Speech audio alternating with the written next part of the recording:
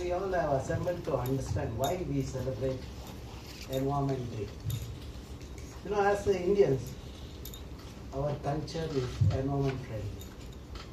And I'm sure, as the Indians, first thing we do in the morning is when we get up, we like to see Mother's face.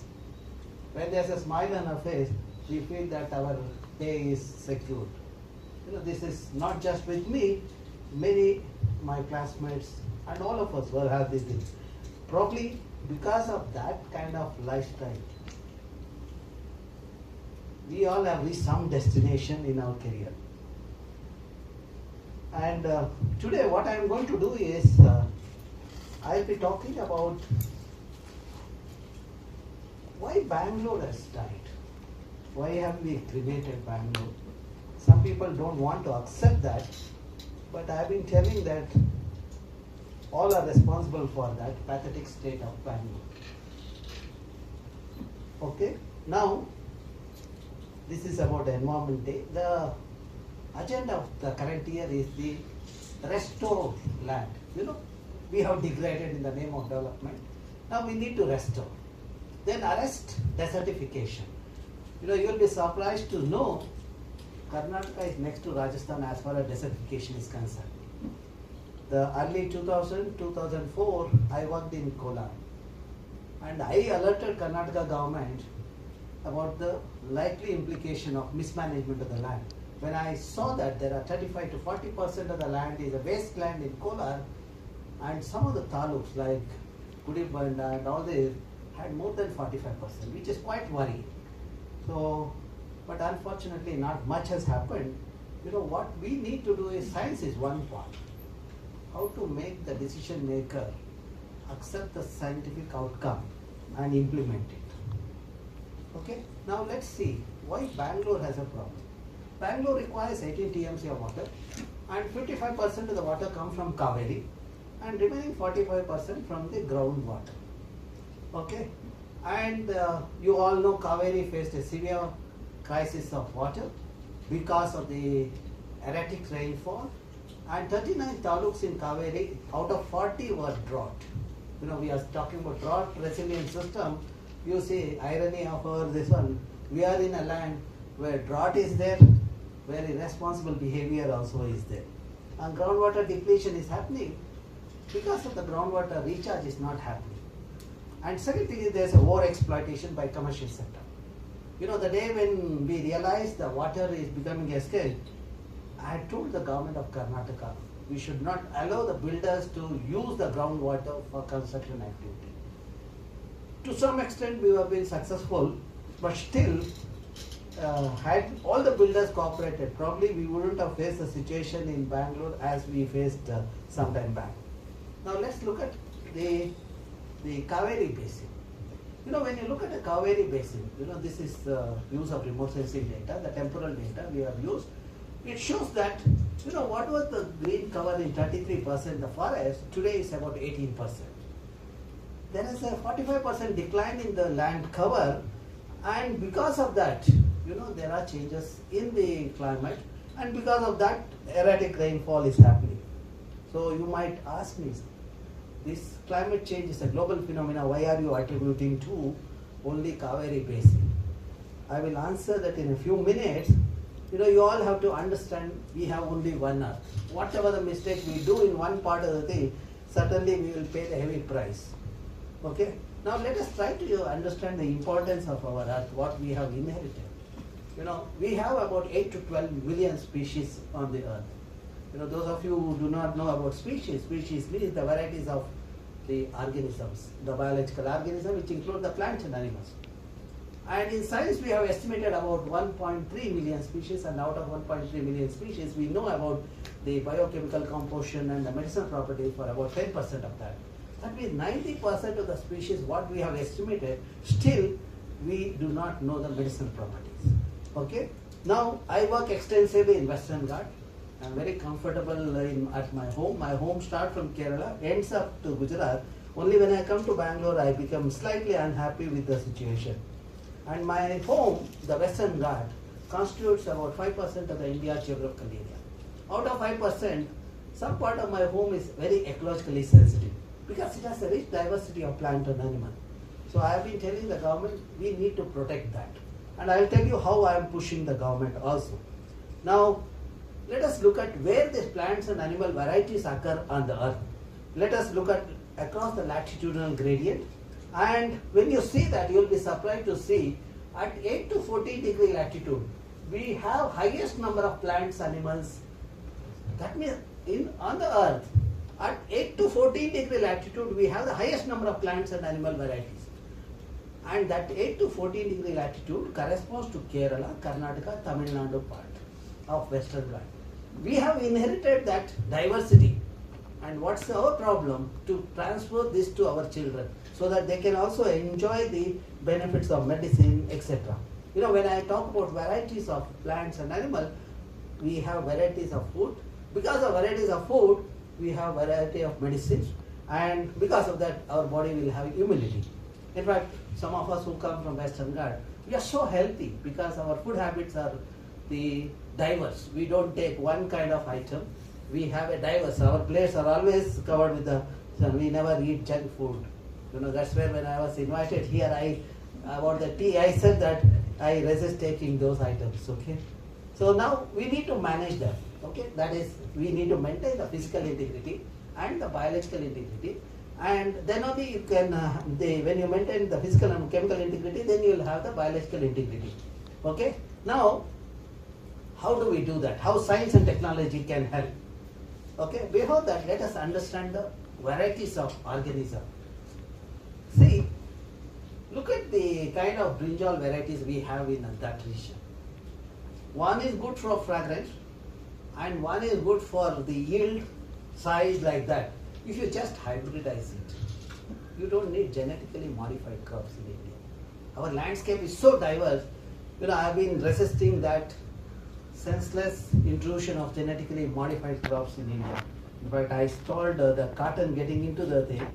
So, I mean the group of people. Okay? And if you look at the rice, in one taluk, in a district where I work, 54 varieties are there. Sona Masuri is not comparable to that.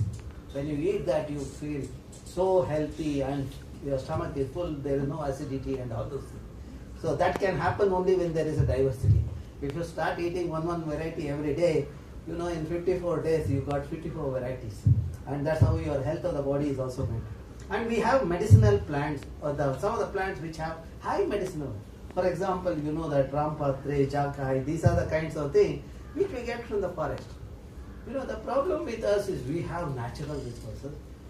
Since we do not process that, you know, the middlemen and the other countries are taking advantage. For example, all of you would have tasted kokum juice. You know, when a farmer plucks the kokum, he or she gets about 25 rupees a kg. Okay, middleman, when he sells it to the other people, it becomes 500 rupees. And when it moves out of the country, it becomes $5,000. When the product is converted, that item is processed and the product is manufactured, it becomes 50,000 rupees a kg. Look at the thing. Had we developed the industry here, probably we would have made sure some youth in India have got the job. You know, this is what we need to understand. This is where the Society for I'm sure this message will be taken seriously. Okay. Now let us see how, as a scientist, we do the job. You know, we use a big data. The remote sensing data is available from 1970 onward. You know, every 21 or 30 days interval, and some satellites have the daily data also. You know, huge data. And earlier to assess one district, I used to take about 4 to 5 months. Today my students do the entire Western Ghats, not just one time, the entire 3 or 4 decades in 6 months time. That's how the technology has helped us, and the techniques have helped. You know, and not only the green is declining, you see that forests are also getting fragmented. That's how. The fragmentation of the forest is one of the serious threats for the biodiversity, and also increase in temperature, because once the forest is fragmented, you will see that more and more lights getting into the system, and once more and more intrusions happen, invasive species starts thriving there. You go to any forest in India now, It's all dominated by Lantana, Eupatorium and such invasive species. Now, I also looked at what is the kind of the carbon that is stored in these plants. During photosynthesis, plants take the carbon dioxide from the atmosphere, convert it into oxygen, and that oxygen is what we are breathing. Okay? And the carbon is stored in the form of the glucose. If you quantify the carbon in above ground and below ground, you will see the role of the carbon in the system, how the plants are helping. So we try to quantify the above ground and below ground biomass. There's nothing great. We measure the girth of a tree and height of a tree. From that we know the biomass.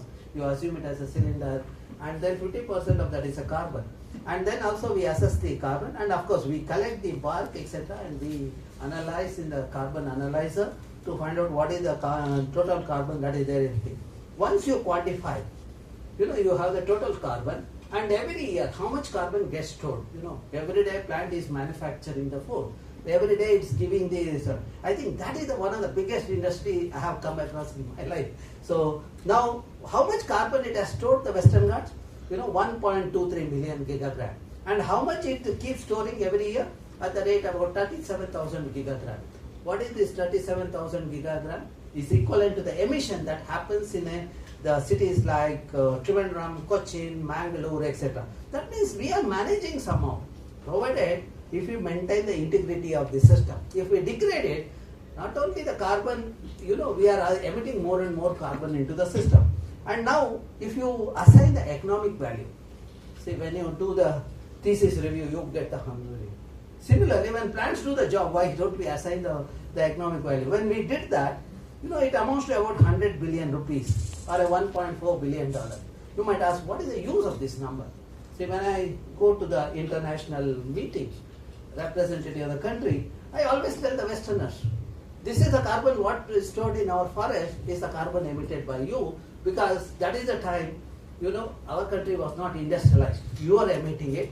Since the earth is one, the carbon what you emitted, the trees in my country has taken it, and you need to pay for that. And that is the money, we can use it for conservation. That's how the science can help in managing the natural resources also. Then we also modeled, through the CA-based Markov technique, what is the likely scenario of the land use. We see that at present, in the entire Western Ghats, 10% is under the evergreen forest. And 5% evergreen forest we have lost over the last 2 decades. And if this trend continues, we will see the further erosion in the forest cover. Now, what is the most worrying thing is this publication I published in 2018. You see the temperature will increase. The Kerala become warmer and warmer by 1.5 degrees Celsius. When increase in temperature happens, there will be more and more vector-borne diseases. The diseases like chikungunya, dengue, etc. will prevail there. And another thing is the changes in rainfall pattern.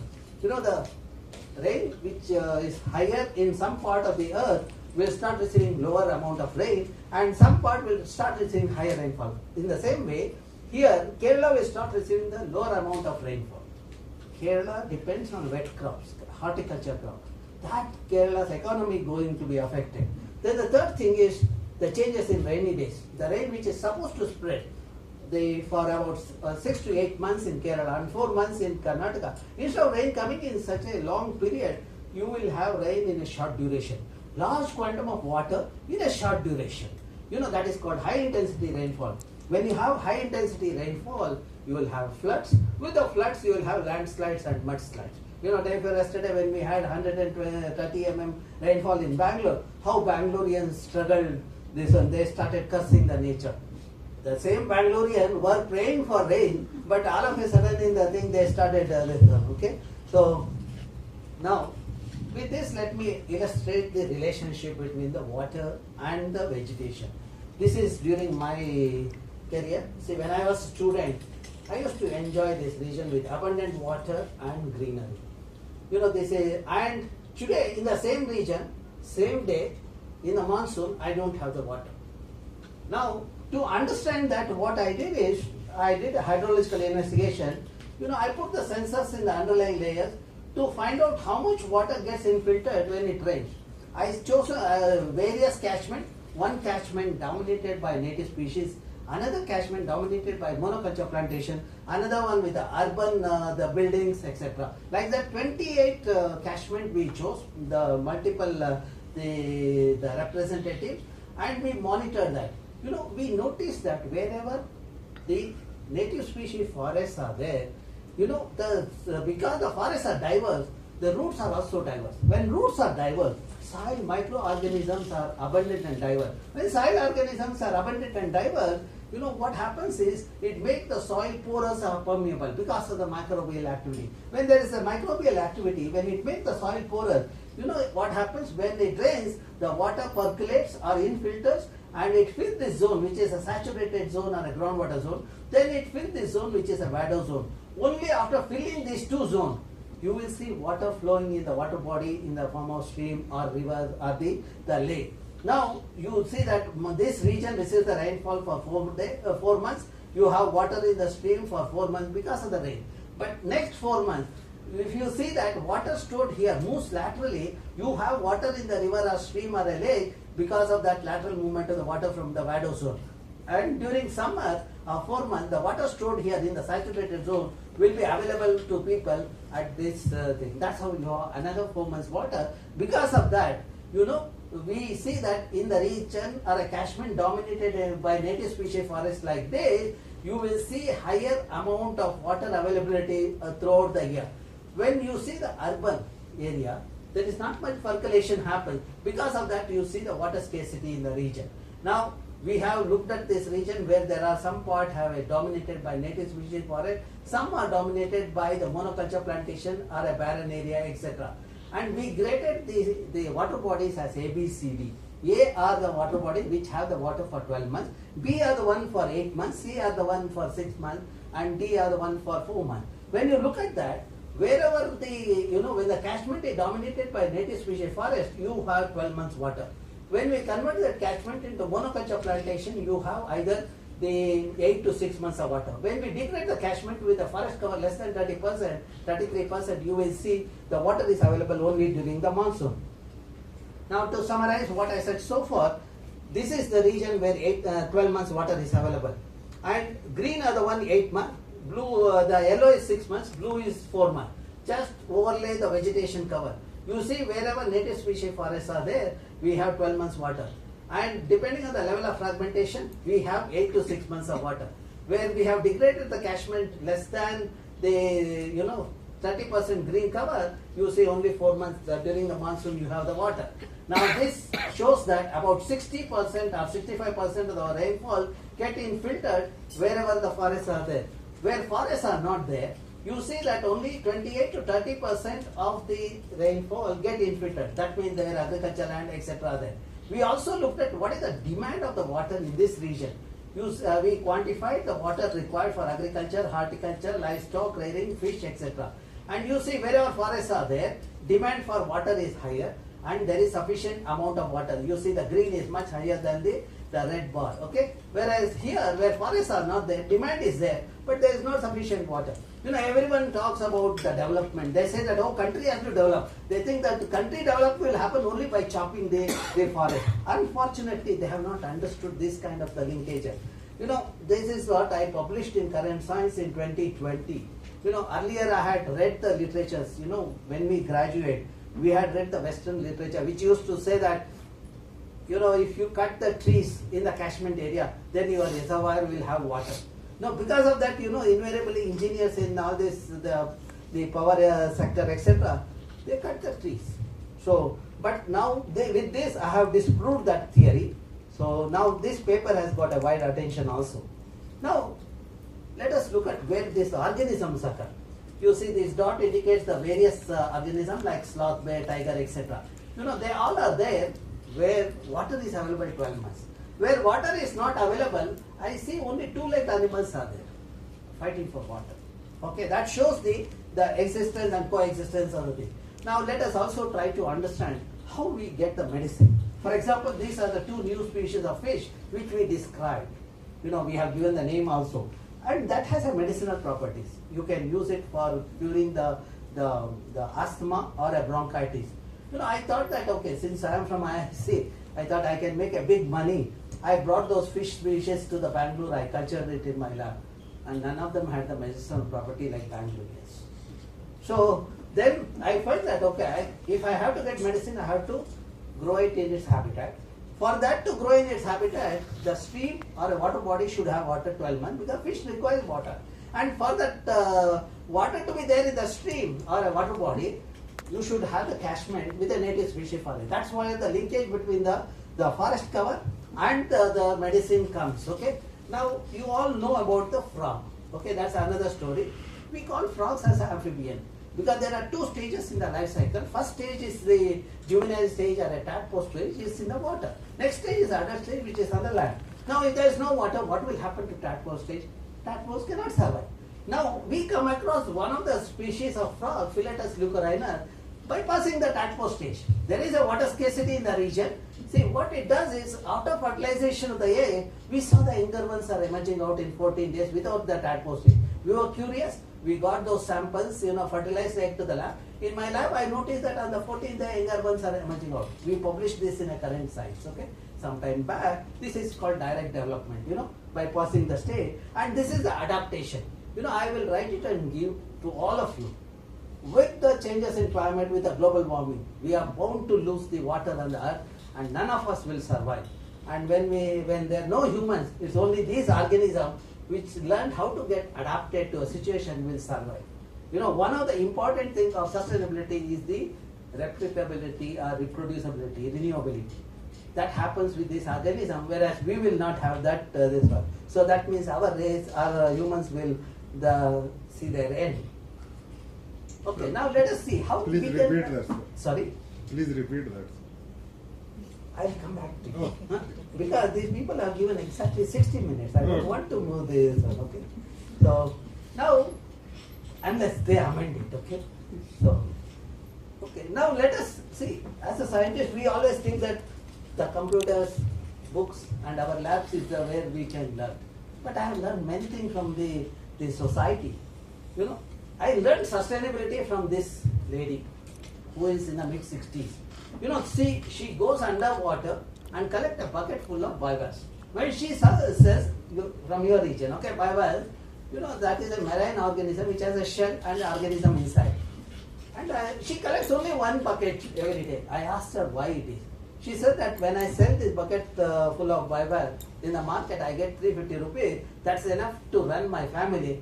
For tomorrow, I'll come and collect it. So that is the sustainability. Don't over-exploit, don't over-harvest is the message this lady taught me. Okay, so that's where you will have equilibrium. Now you will see my quotation keeps changing.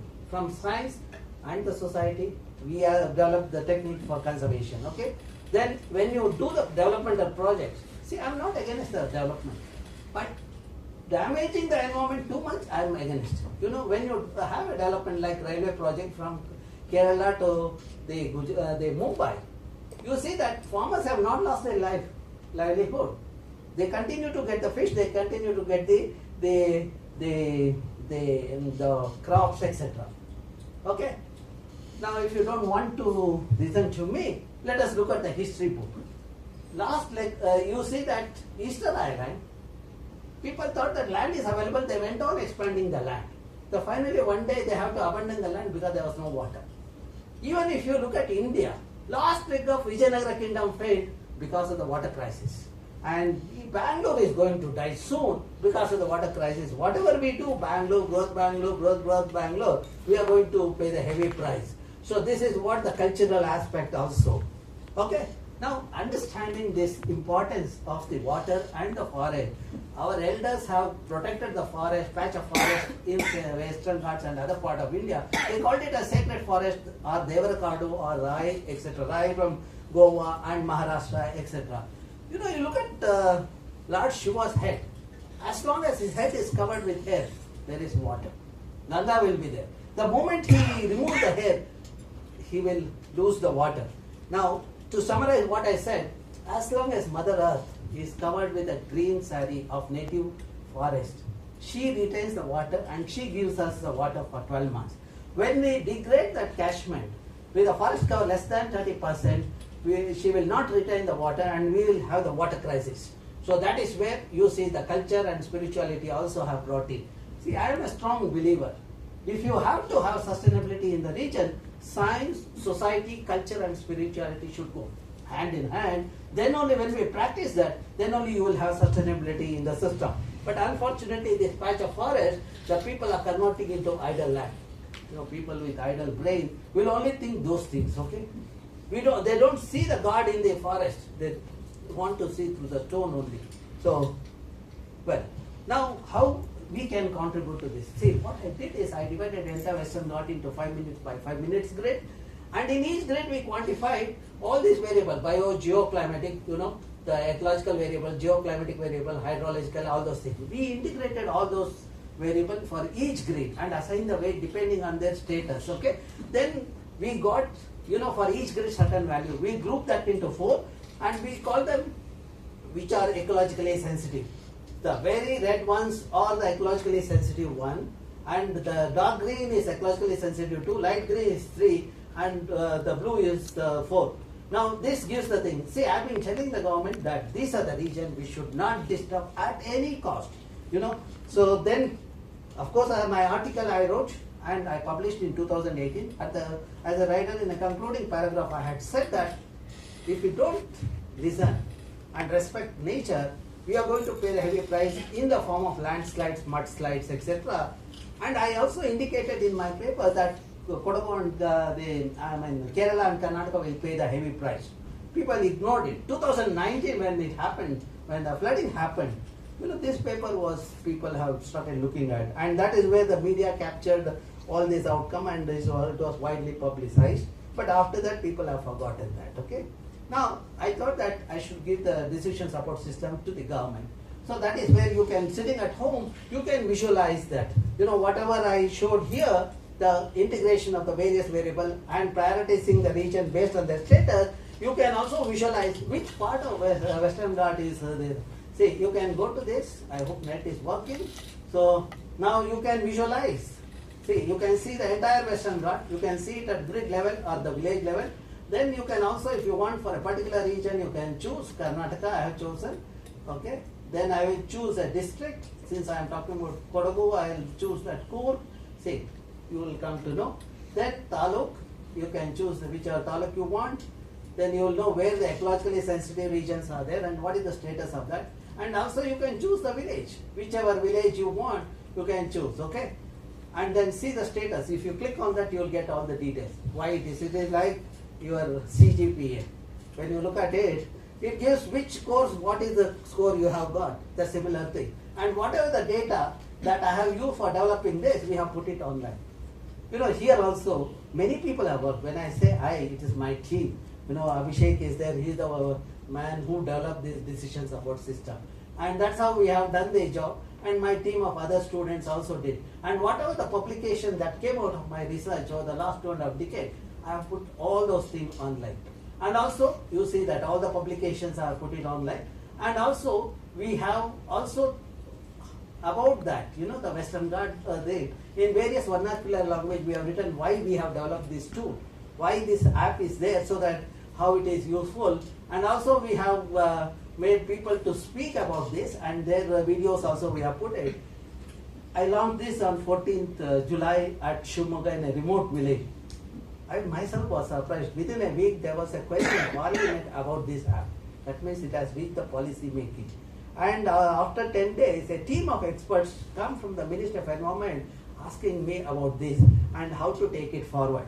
That is because Supreme Court has asked them to look at this and implement the conservation. That means if scientists work sincerely, probably the things can help and in the resource conservation, etc. Okay. Now you understood how the Western Ghat part we have handled it. Now, why I am doing this? See, my agenda is sustainable future. As long as I ensure the clean air, water and environment for my children, that is the sustainability. That is what I am looking for. And for that, you need to maintain ecosystem integrity. To maintain ecosystem integrity, decision makers have to take appropriate decisions. There is no degradation. That can happen only with the responsible decision making. That is where sensible citizens are required. I am in a country where people don't even vote. And we sit in front of the TV and criticize. So that is the kind of the system, but I hope things will change. Okay. Now let me see, since he talked about technology, how I developed the technology. I just learned from Mother Nature. Whatever technology I have developed, see, if I look at this one, when you look at this is a simple food chain. It gives you an idea about the food and material transfer or energy and material transfer from one level to the other as you start eating the food. Producer produces the food and the herbivore eats it and next level takes it. And whatever is left in the system is get converted into elemental form by bacteria and fungi. They are the decomposers. They are the bioengineers. You know, I have developed the technology of phytoremediation and bioremediation based on this principle. When you look at nature, you know the way it works, there is nothing called waste. Where do you see waste? You will see waste where waste people are there. Who are these waste fellows? Who have affinity towards the too much of synthetic material like plastic, etc. Okay. So now let me bring to the second part of this. Why did we face the water crisis? Those who have seen the videos and my talks and the various, I said that water urbanism is missing in the system. What is this water urbanism? You know, when you plan the city, you didn't think about the porous spaces. You made the city of only the concrete and this one. So with the concretization, what happened? The groundwater recharge was not happening. With the groundwater recharge not happening, naturally there is a scarcity of the river. Now what is the solution? Create more and more ecological forest spaces through the trees and the parks, etc. And create the wetland, etc. Okay? Now let us see that today Bangalore is about 740 square kilometer. In this 740 square kilometer, way back in 1500 to 1800, how many lakes were there? You know, historical records tell me there was 1,452 water bodies were there and 82% green cover was there. Because of that, temperature in the city was 14 to 16 degrees Celsius in the May month, the summer month. And in the December month, we had a few days, 0 degrees Celsius, and we were growing apple at the Palace Orchard, not very far. So now, look at the current era. We only think about development. Even within the campus, the changes are happening, unfortunately. You know, the 193 lakes are there, less than 8% green cover.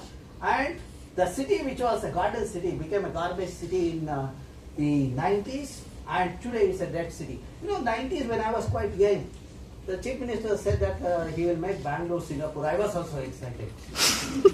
But now when I go to the airport quite often, I see a village called Singapore.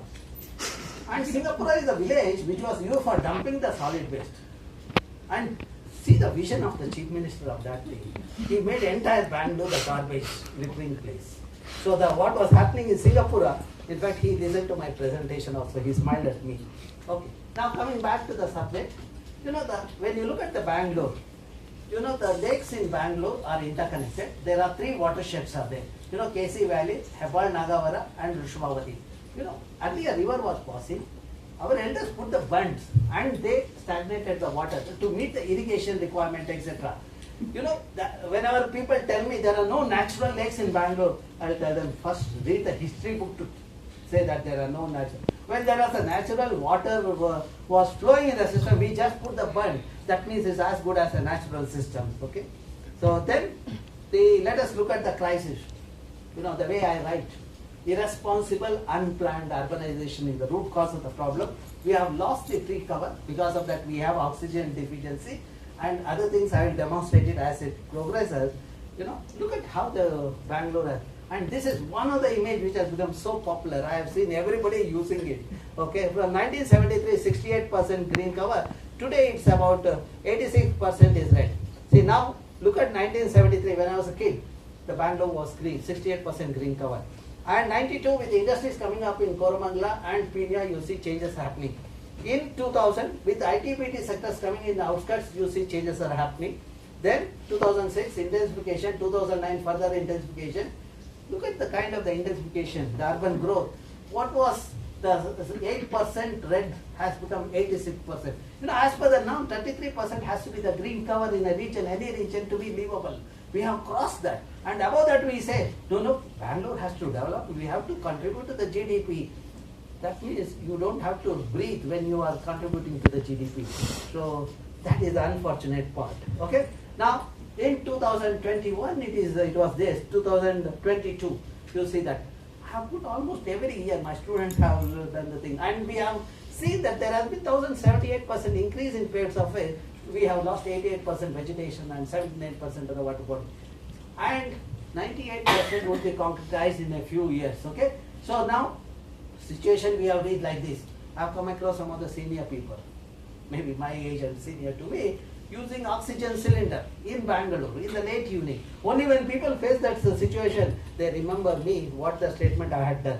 You know, few years back, 20 years back, when people are carrying water bottle, we used to laugh at them. Today, water bottle, everybody thinks that that is the only the water which is not contaminated. But they do not even know. When they carry the water in the plastic bottle, the plastic has the chemical which has get transferred to this water. When I analyzed that water in the water bottle, it had dioxin. You know, dioxin in water, when we consume 1,000 bottles, we have to, they book a slot in the oncology hospital, that is cancer hospital. Okay. Now that means the growth of the city has surpassed the carrying capacity. You know, that is where we have gone beyond the supportive capacity and the assimilative capacity. Assimilative capacity is evident from the higher level of pollutant in the air, water, etc. So that is where this one. So by this count, I have been telling the government we should restrict the further development in the city, and first we should also do it at IISc. Okay. So then let us look at the number of trees in the see the trees in IISc campus. My campus is 400 acres. This is about a couple of years back. At that time, when we did the mapping using global positioning system GPL, we found 22,000 trees were there. At that time, population the campus was 5,000. We had for an average 4 trees per person, and we linked that with the remote sensing data. We got the spectral signature for the tree, and with the remote sensing data for the entire Bangalore, we did the extrapolation, and our study shows there is 1.5 million trees are there in Bangalore for a population of 9.5 million. That means for every 7 or 8 person, one tree is there. You might ask, how many trees person requires? You know, I'm sure all of you are breathing because I see all your eyes are open. So when you breathe, you give out a carbon dioxide to an extent of 980 grams per person per day.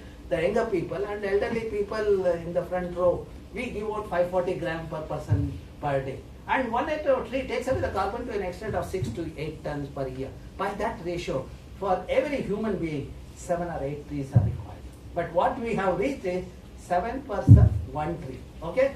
Now, you might ask, is this, some people get excited when I speak like this, or they think it's a new thing. I tell them that it's not new. See, look at Bible. Bible talks about the nature conservation at least 320 times. We don't read Bible, but we go to church every Sunday.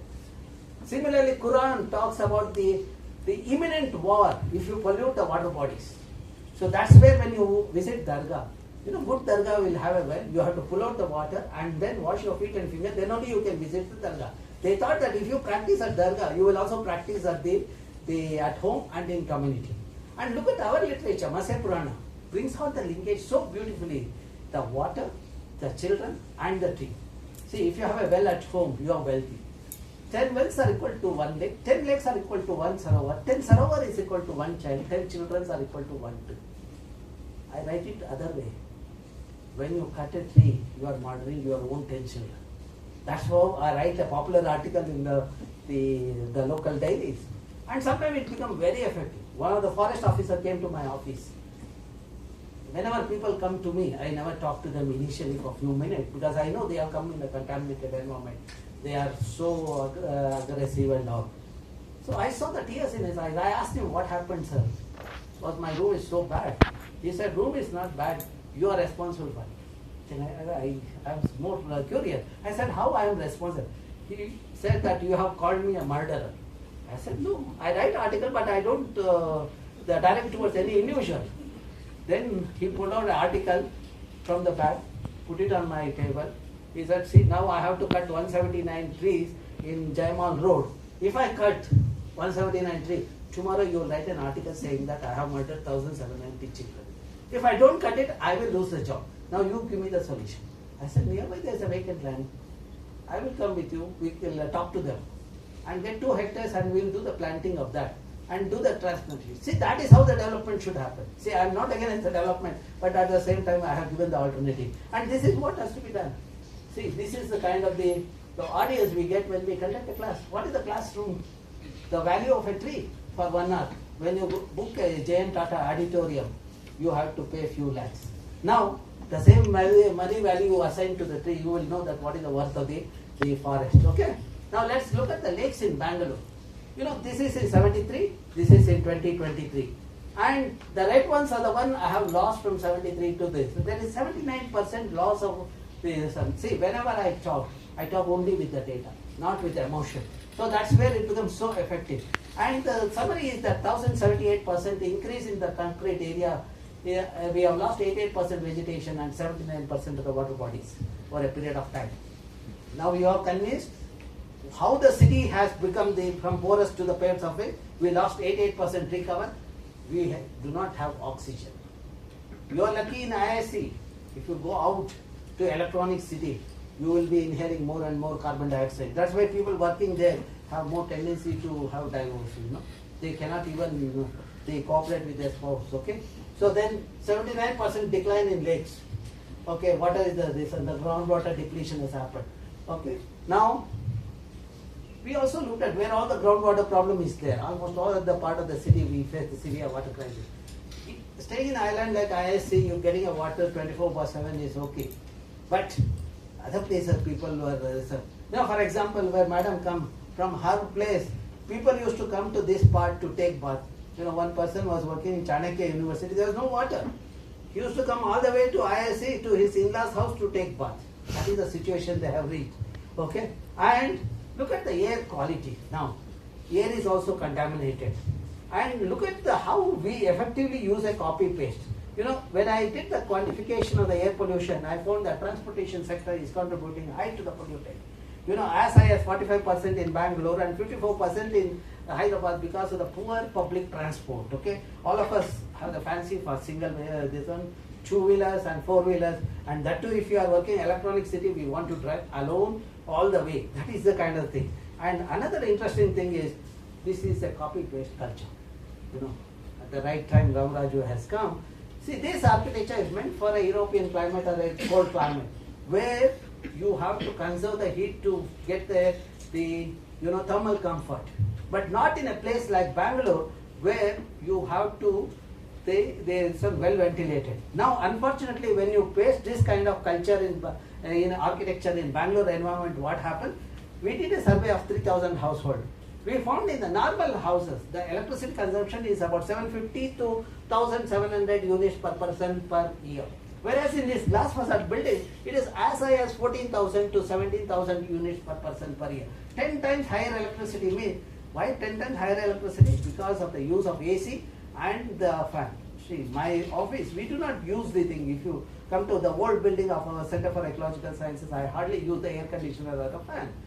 Okay, but when we move to the concrete jungle, without AC or a fan, you cannot survive. So that means with this copy paste culture, we are contributing more to the pollutant, and with that we are making the earth warmer, and with that it is bound to have erratic rainfall, increase in temperature. That's what we noticed recently, and also we face the crisis of COVID, also which is again a zoonotic disease, which is a consequence of the increase in temperature in the system. Okay. Now I thought, okay, this information also should be available to the public and to the decision makers.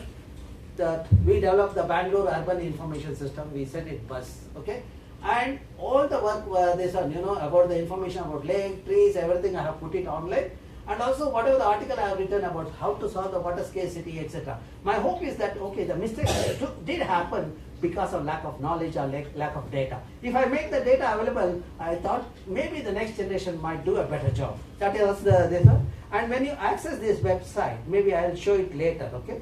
So now let us try to understand the wetlands, why we require lake. You know, in Bangalore, I have come across people, they say that when I sit in the committees, I am in many committees of government of Karnataka and India, they say that lakes are not required.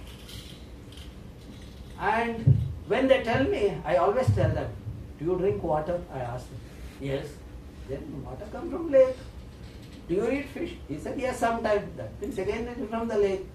Then I told them, I saw you yesterday with a half pant and half brain. You are jogging there, and today morning you are coming and say lakes are not required. Yesterday when you are jogging, you wanted lake, but today you are coming in the air conditioned room to tell me that there is no this one. And you have to be ruthless when you talk about nature conservation. Otherwise, you do not get the solution in the system. Tomorrow, your children is going to curse you for not taking action. Okay. So now let's see how important lakes are there. When lakes were there, groundwater was in the range 80 to 100 feet. When lake was removed, in 5 years groundwater table went down to 600 feet. Today, after 22 years, in Scarcity, groundwater table went down to 1800 feet. And there is no water. We are searching for water in the moon. See, that is the thing. We missed water here. We are doing. Then you might ask, is there a linkage between the lake and the groundwater? You know, Scarcity Lake was rejuvenated. Within a year, I was in the committee. Scarcity Lake rejuvenation, within a year, I saw 320 feet increase in the groundwater. Today, 3 years have passed. And you look at the groundwater table there, is less than 500 feet. And the lake has full water. And because of this high moisture content in the environment, the temperature is at least 2 to 3 degrees lower. Entire city of Bengaluru was facing the higher temperature. You know, everyone was wearing a white round cap and walking in the street, whereas the people in Scarcity Lake were walking without any cap. Okay, so that is the kind of thing. That means if you do the rejuvenation lake, things will work. Okay, then let us try to understand the economic value of the lake. We get the goods like fish, powder, etc. to an extent of 10,500 rupees per day per hectare if the lake is not polluted. But when we pollute the lake, the worth of the lake comes down to 20 rupees per day per hectare.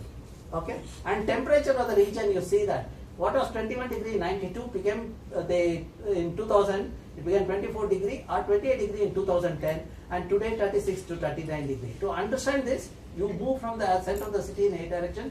You will see that wherever water bodies and lakes are there, and the vegetation cover is there, temperature is 2 degrees lower. Even in IISc campus, when I did the study, because of the good vegetation cover at that time, our temperature was at least 2 or 3 degrees lower. Okay. Now, when you remove the lake, another problem is the flooding in the region and also drought situation in the other part of the city. Okay. And why the flooding happened? We remove the lake, convert the lake, naturally that region become the hotspot for the flooding. And now today when I look at earlier I showed you the interconnectivity among the lake. Now the interconnectivity is lost. Wherever I have lost the interconnectivity, when I go and see that the interconnectivity lost, some film hero will be sitting in the drain. Instead of acting in a movie, he will be sitting in the drain. Similarly, some politicians and all will be sitting there. Okay. So then look at how we manage the lake. We use the lake to dump the solid waste. If no one watches us, we will build lake view apartment and we send the liquid waste into the lake and pollute that. When the lake is polluted, you will see profuse growth of macrophyte. When there is a clean water, it looks like this. When macrophyte is covered, it looks like this. When there is a profuse growth of macrophyte, there is no algae or the food chain. You see the food productivity comes down, or the fish productivity comes down. That's how the worth of the lake comes down from 10,500 rupees per day to the 20 rupees per day. See, these are all the things we have witnessed. The frothing in the lake and fire in the lake. I have traveled many countries. No one has showed the coexistence of fire and water except Bangaloreans. And what is the solution we give? See, for the frothing, there is a scientific solution. That's what we have given, myself, Kulkarni and all. But what the babus of government did, they put the barricade. See, when the barricades are, they claim that they solve the problem. I wrote an article saying that this is an ad hoc decision. You have not solved the problem. Then they told me, no, we have solved it permanently. I said in 4 days you will see the froth coming on the road. So as I predicted, froth crossed over to the road, and again media quoted my work and they said that how illogical projects are being implemented in the city. Now, if you close your eyes, how you are going to pay the price? Let us try to understand from this. See, every pollutant getting into the water body, it get accumulated in the fish million times, especially heavy metal kind of thing. And this water in the lake goes as a drinking water for through the borewell, and also the water is used for growing vegetables like pudina, spinach, radish, etc. You just collect those samples and analyze that. You will be surprised to see all of them have heavy metal. You know, all of them have heavy metal. You know, that also is affecting our health. Cancer, kidney failures are increasing. Cancer, which was the Bangalore is #1, and the kidney failure, which is 1 in 1 lakh about 12 years back, today is 1 in 5,000. You know, and more children are losing the kidney. You know, that is worrying. Youth are the asset of the nation. Now we are losing the youth, because I have a network of institutions, the education program I have, 45 institutions, and principal from KK High School is here. His school, he told me when I visited, 8th standard kid had lost the kidney, both the kidney. In LKG, the one girl child had lost the kidney. And when I visited about 4 months back his school, when I asked about 8th standard kid supposed to be 9, he said she's no more. And his school, the security guard who was quite young died of the kidney failure. That means we are losing the youth. We have to wake up, otherwise we'll pay the price. I say it's all consequence of unplanned, irresponsible urbanization, and there is a fragmented governance. I will not get into the details because, and I also developed the Bangalore Lake Information System. This is based on the quality of the work. The water quality assessment. The two youngsters who are here, the Cincy and Sulba, have done this work. We looked at the water quality of all the lake and what kind of biological organisms are there, microalgae, zooplankton, etc. You can choose the lake and see what kind of fish you get it there, okay? So that is the kind of the thing, you can see that, okay? Now what is the solution? Is it possible to reverse the situation? I will take another 5 minutes and I will wind up. So, one is the wastewater treatment. See, there are technologies out there. Nature-based solution is the best solution, okay? So, when Jakkur Lake, 2005, if you look at my publication, Jakkur Lake and surrounding, there were 25 wells were there. All of them had nitrate. Nitrate is a carcinogen which introduces cancer. At that time, I pushed the government to rejuvenate the lake. Government constituted a committee. They made me a member of the committee and elaborated as a chairman. And they gave the money. That money was sufficient to have the secondary treatment plan. See, my problem is the nitrate. Nitrate is a nutrient. Nitrate can be removed through only the tertiary treatment. Now, but they are not giving the money to have tertiary treatment, which is a capital intensive. So what I did is, I convinced the committee to have the nature-based solution. I integrated constructive wetland and algal pond. And we monitored the last 10 years. My students have monitored that for 10 years. And you see that 80 to 85% nutrient removal happened. And this report is available online, that my 10 years monitoring of the lake. And Annapurna is here from that region. I'm sure she will also add this one to this, our effort. And the success in Saraki Lake or a Jakkur Lake is because of the local community. And of course, voices come through one leader like Annapurna or Usha in Puttenhalli and K.S. Bhatt in this. But where people feel for the ecosystem, I see conservation happening. Where people are alienated, then you see degradation is happening. Okay. Now, what is the solution for the Bangalore? My solution to the Bangalore is, we get rain of 700 to 850 millimeter. I have 15 TMC of water. In the first slide, I said we require 18 TMC. That means 70% of the water required for Bangalore is available in the form of rain. If I harvest it, I have solved the problem 70%. How do I harvest? Rooftop harvesting. I get some water, 4 to 5 months additional water. The next best option. Lakes are there. Now 194 lakes are there. Let us rejuvenate the lake, retain the rainwater so that groundwater recharge happens.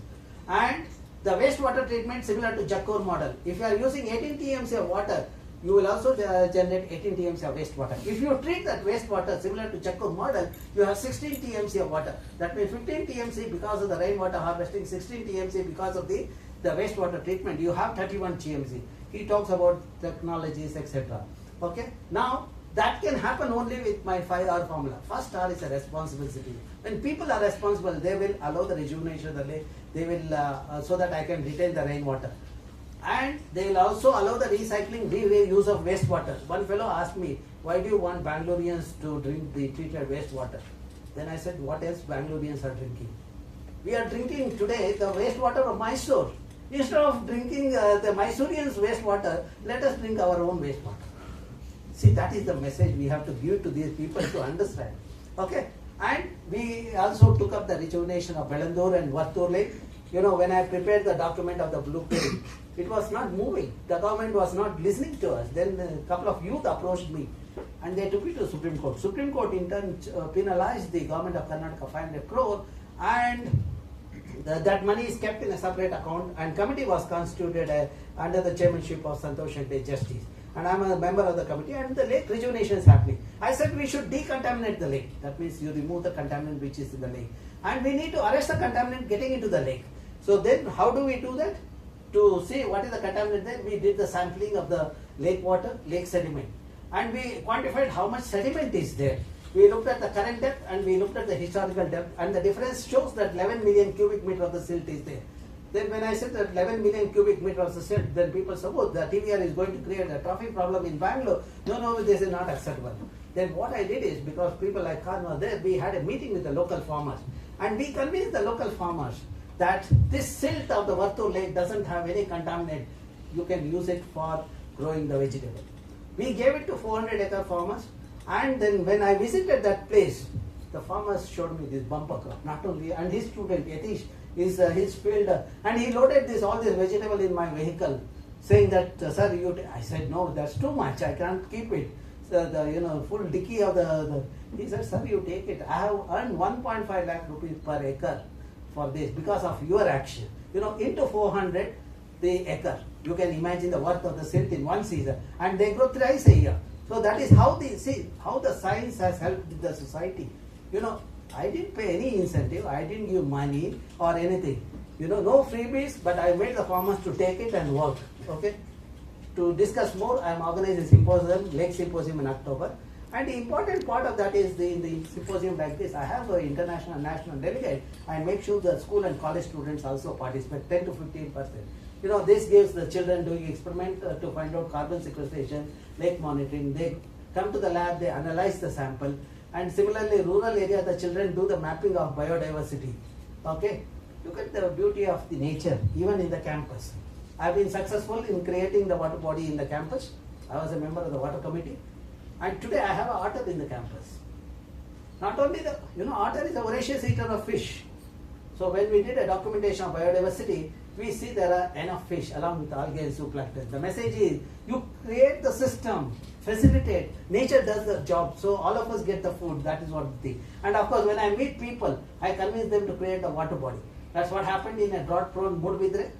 Saint was, though he is a saint, he was unable to get water from the God. So, but when he met me, I told him what is to be done. I said, manage the lake and create lake. And within 2 weeks of my giving the proposal, he created a water body based on my technical input. And success is because of the youth. And when I saw this, everyone is quite young. All was science and technology. And I saw the CEO is also quite young. Then I thought that he's a very resourceful person. I convinced him to create the water body which stores 25 lakh litre, and he does the nature, all these native species thing, planting in the catchment. You see that after next year when I visited that institution, I see greenery with abundant water. Let me put it on a simpler, this one in a jovial side. This gentleman, when he met me, he was a bachelor. Many of you are like that, okay? And he was trying to get married, but not happening. But after creating the water body in 6 months, he get a partner, wonderful partner, who take care of the joint family. When I go there to that institution, she doesn't want me to stay in the guest house. She wants me to stay in their house. Can it happen in Bangalore? When I go and knock at the door and say that I have come, they say no one is at home. I see samskara there, culture there. That is, we get that kind of people when we do something which benefit the society. Okay? Then the next part is in the campus. This is the climber which I have planted way back in 90s. With the 7 seeds planted in 7 locations, only out of 7, only one place it survived next to the building where I worked for 2 decades. That means even the plants know who to take care. Who humans don't do. Okay? And in front of that building, I created a mini forest in a 2 hectares area. 49 native species, 500 saplings were planted there. At the time, that region was dominated by Parthenia, and groundwater was 150 feet. Today, I have water at 10 feet. Now, what else I have to prove to the people? Linkage between vegetation, what I showed in Western Ghat is also happens here. And this is what I communicate to the wider section of the student. I also offer a course for the professionals working in industry. That's how I am doing a capacity building at all level, for the school children and adults also. So that more details are at my webpage, and I do not use mobile. You can write to me so that I can also, without much disturbance, I can respond to you. Thank you very much.